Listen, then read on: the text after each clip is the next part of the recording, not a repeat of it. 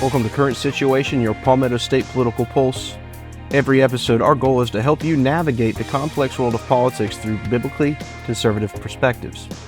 Before we jump into today's conversation, we want to take a moment to thank our sponsor, Vertice Elevation, luxury floating stairs.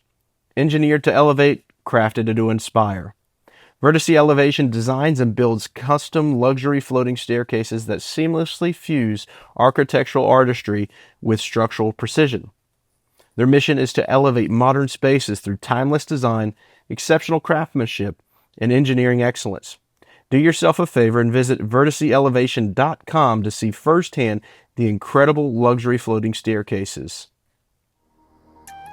I'm your host, Joshua Gale, and today we're breaking down three major developments from the State House that are making waves: taxpayer funding for abortion providers, immigration enforcement in action, and the surprising contents of the state budget. Let's get into it. We begin with a major win for pro-life advocates. The U.S. Supreme Court has upheld South Carolina's right to withhold taxpayer dollars from abortion providers. The ruling is being celebrated by legislators who've worked for years to block public funding from flowing to organizations like Planned Parenthood, especially those involved in controversial practices such as prescribing hormone therapies to minors.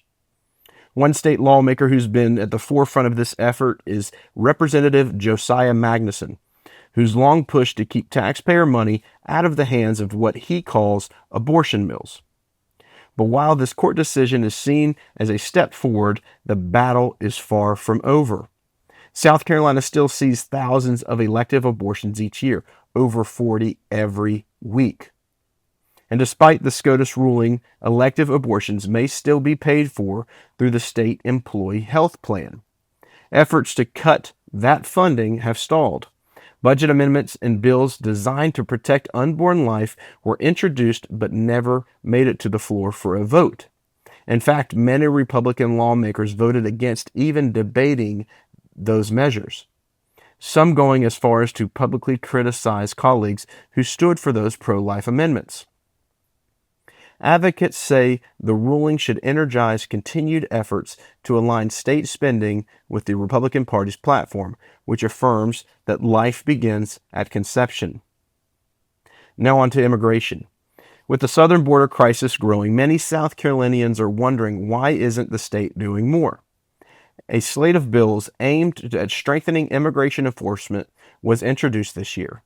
Proposals that would have required law enforcement to coordinate with ICE, verified citizenship during arrest, and penalized criminal aliens with felony charges, and even enforce ID requirements for school enrollment. Among them was H3030, which would have expanded ICE partnerships across all counties. H3299 aimed to document and report the immigration status of arrested individuals. H4282 sought to make a felony to commit crimes while unlawfully present in the United States. H3866 required government-issued ID for public school enrollment. And finally, H4548, introduced in the final days, would have extended the debate into the legislative off-season. Despite public concern for legislative sponsorship, not one of these bills advanced. Why? It wasn't opposition from Democrats. According to insiders, it was Republican House leadership that declined to prioritize or even allow for debate on these proposals. Critics argued that while leadership was swift to approve corporate incentives and pork-laden budgets, they failed to act on laws that would help protect communities, uphold federal immigration standards, and preserve taxpayer-funded resources. As lawmakers prepare to return in January 2026, advocates are urging constituents to make their voices heard.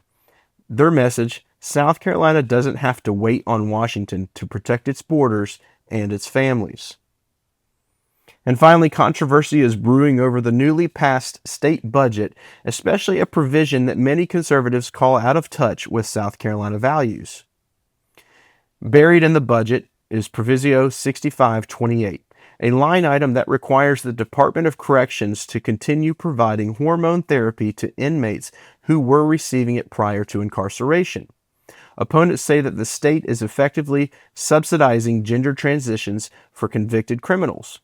The issue hit close to home when recently a North Charleston woman identified as a biological female on hormone therapy to appear as a male was arrested in a disturbing child exploitation case.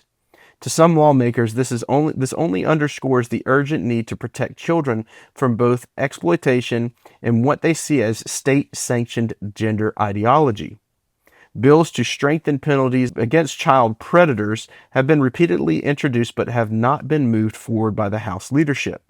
That lack of urgency, critics say, is part of the broader pattern, one where common sense protections for children are shelved while progressive priorities remain quietly funded. This budget fight wasn't just about dollars, it was about direction. And for some lawmakers, the final product reflected a broken set of priorities that no longer reflect the values of the voters they serve.